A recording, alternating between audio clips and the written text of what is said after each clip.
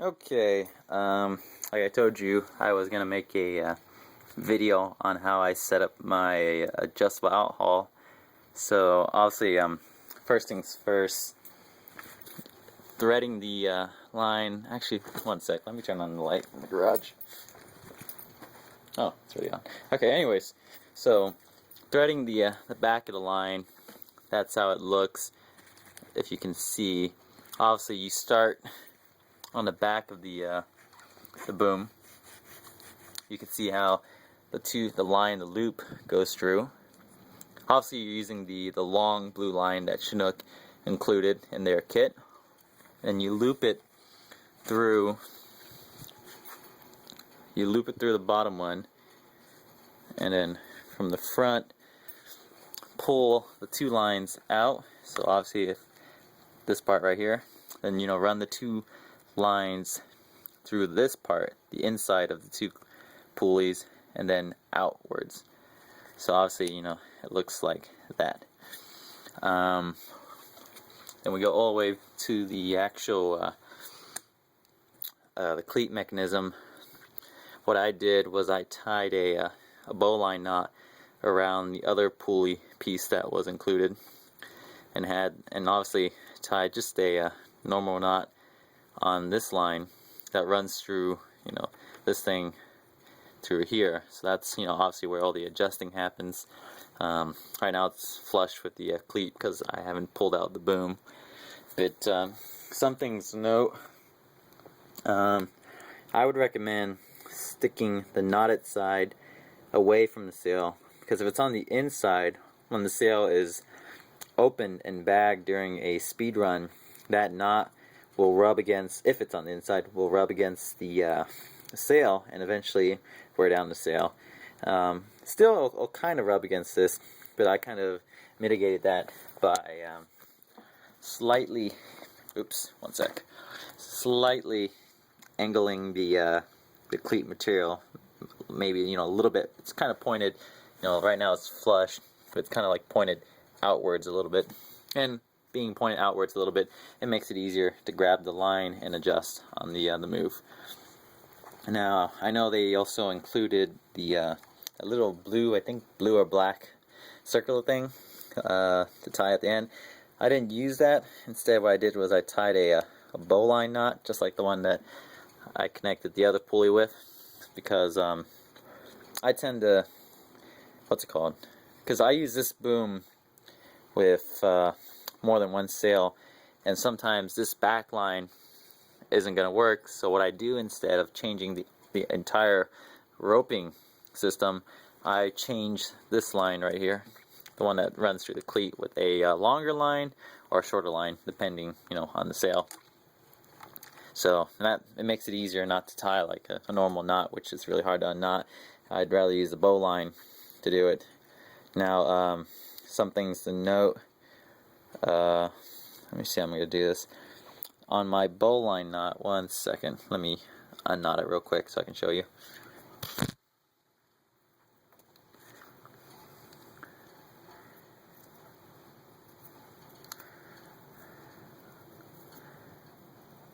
Okay, so this is what the bowline looks like normally.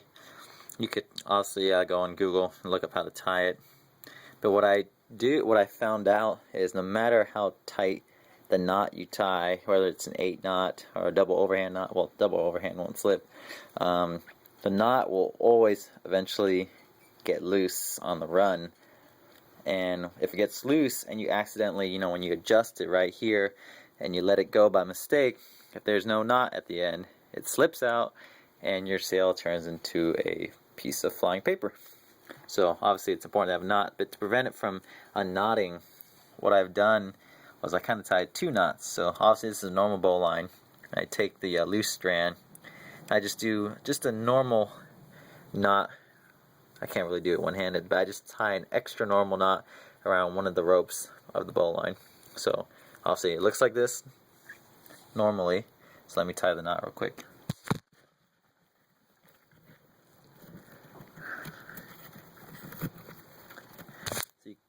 don't know if you can tell, but I took that line that was loose here originally and, just did a simple knot around it. So what happens eventually, yes, that knot's going to get loose, but the bow line won't, because the water it'll be, I hope you get what I'm saying. By the time you're done sailing, one knot's going to get loose, but the second knot's not.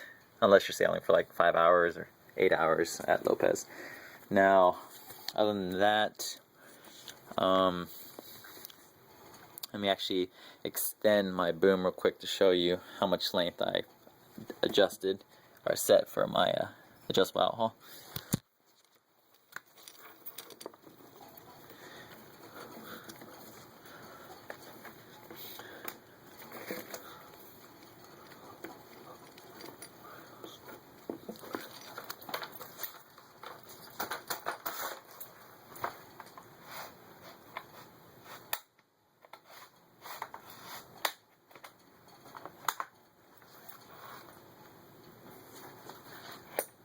Okay. Now, obviously, everybody does everything differently in windsurfing. We're a sport that's full of different ideas. But this, so far, has worked really well for me. As you can see, I've adjusted it out, or pulled out the boom. And from my experience, everyone has different experiences. But for Jack and I, this worked pretty well. We left about this much room of adjustment. Obviously, you'd be like, well, I'm only going to pull maybe 2 centimeters or 3 at a time. What actually happens if you make it let's say you set yours up to be this short. One sec, gotta loosen the other side real quick before I pull it. Now, so like I was saying, some people, when they first set it up, i.e. me, one second, this thing's not loose. When I first set this line up, what happened was, okay, I can't get it any closer, but this part was actually maybe this close, because I thought like, hey, that's about 4 centimeters, so I'm going to get adjusted by 4. But what happened was, I forgot to realize, like, this whole rope is connected together. So let's say this is the upwind side, so let's say it's so windy, I pull it really tight. Now, I go back downwind, and I open it. So pretend, obviously, that pulley's closer. So pretend I opened it. Now, eventually, I'm going to keep doing that, and what's going to happen is this guy, the downwind side, is going to finally be... Let's just pretend I'm out of line on that one. It's finally going to be completely, all the way down here, while this side, the upwind side, is going to be all the way up here. No more room for adjustment. And obviously, it's going to happen eventually if you just keep doing that, no matter how long you set the lines. But if you have your line set really short on 1 tack or 2 tacks, that could happen, and it gets annoying. Now, like I said, it eventually does happen. So what you're going to have to do on the run is, well, for me, this is what I do. Upwind, let's say we're going on a speed run, and I bag the sail, so the line is completely, open like this. So obviously I don't have time to flatten it before I start the jibe on a speed run, so I keep it like that. So remember, that's the downwind side. So when I'm going back upwind, what I'll do is, yes, I'll flatten the sail, I'll tug on the line, but obviously if I didn't readjust it before I tacked, we're going to run into that issue of that side being all the way out and this side being all the way in. No room for adjustment anymore. So right before I'm about to, tack or jibe on the port side, or going away from the beach, I will actually loosen this thing all the way. Well, not all the way, but a good amount, so I still have room to adjust eventually. Because if you just keep, like I said, adjusting one side, pulling on one side, and opening on one side, you're going to get stuck. So, in reality though, at Cabrillo Beach, I found that it's very important to try to yank that line right after you flip the sail, because that's usually where all the gusts are, and once you pass the white buoys, you can kind of let it off. But it's very important for me that when I'm done with the jibe or attack, I usually quickly reach for the line and just hold it like that. while I'm sailing. Obviously, it'd be nicer, you know, if we had that bungee system that you read about, but I haven't had time to set it up yet, or I'm just too lazy. So I usually just hold it like that.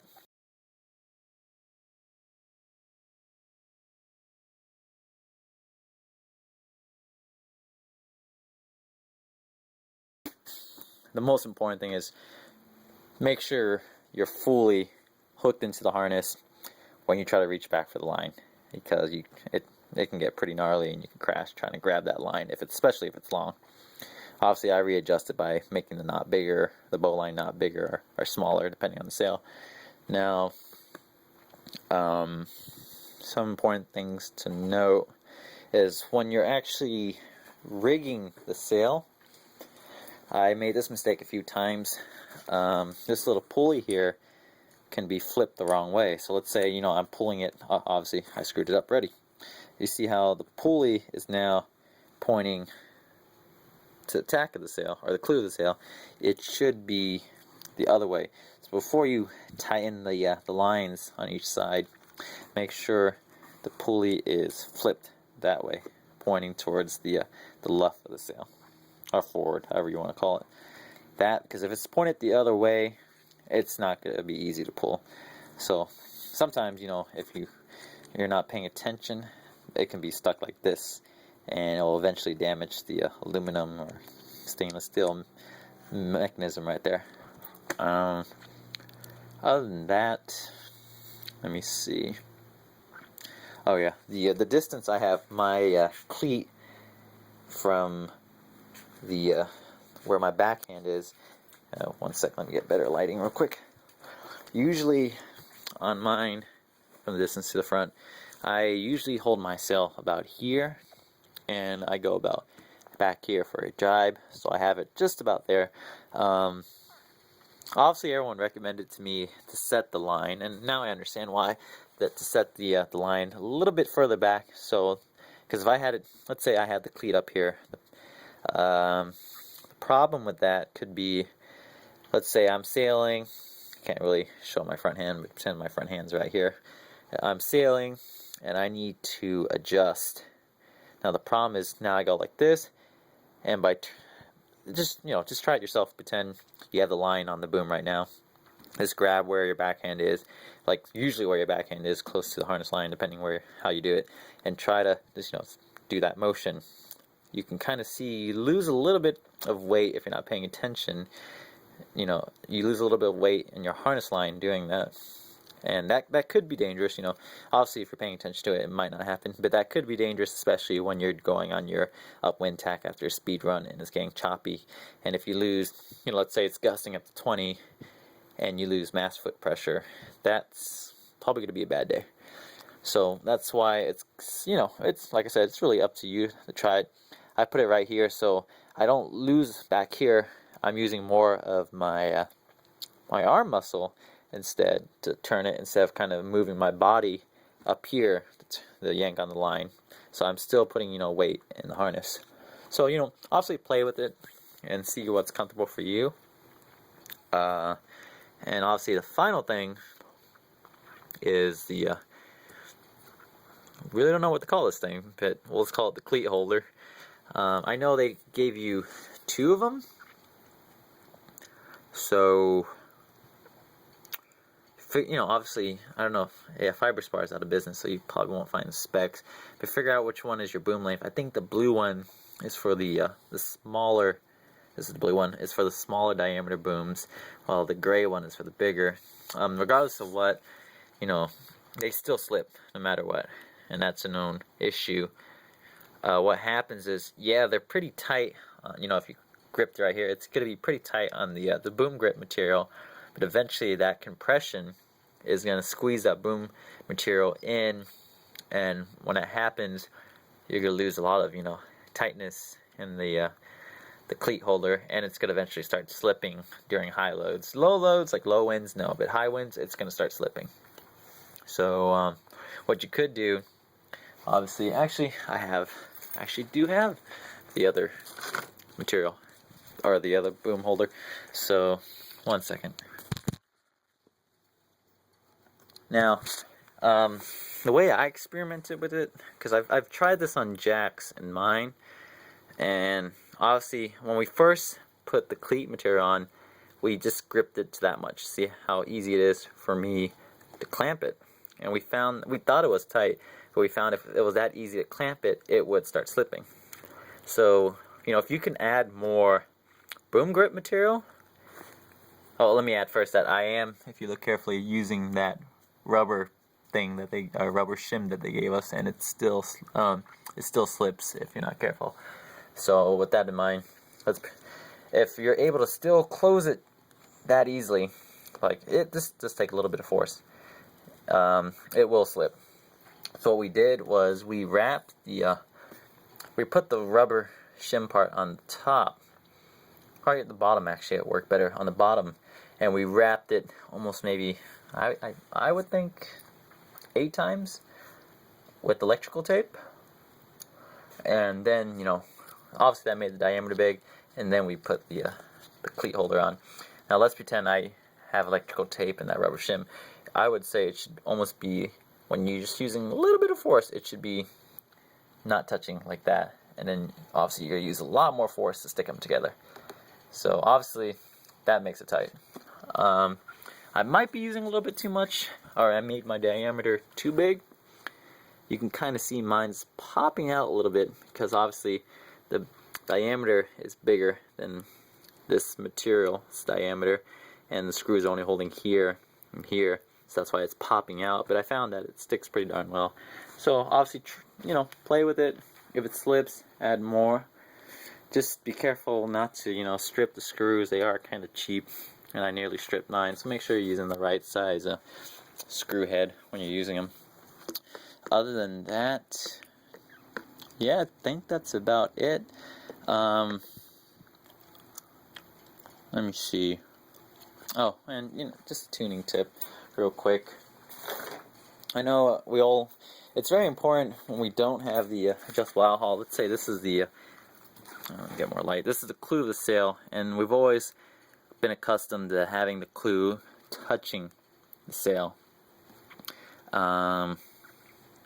With an adjustable outhaul, that's not going to work too well. What I would recommend, would be to, if you're rigging your sail to spec, maybe add 2 to 4 centimeters more outhaul to the recommended spec, so you have room. Because usually when I'm bagging out my sail, I have about that much space between the clew of the sail and the back of the tail. And when I'm going upwind, I have maybe about this much space. The reason I do that is because usually I'm sailing well powered to overpowered, and I would like that extra room of adjustment. So you'll see with the adjustable outhaul, it makes sailing overpowered a lot easier. Well, not completely easier, but still easier. And that plus the fact that my harness lines are that far apart make it a lot easier. So yeah, that's about it for the adjustable outhaul. Oh yeah, and quick thing about the race lines that you bought. Chinook used to use a stronger tubing material, but they've changed now. They're using this black thing. So when you're hooking in, make sure you hook into the bottom of the curvature. If you hook here, highly likely you're going to break the plastic. But one thing I really like about these lines is I can move this plastic thing and get all the sand out of the lines so that it isn't slowly ripping apart the line.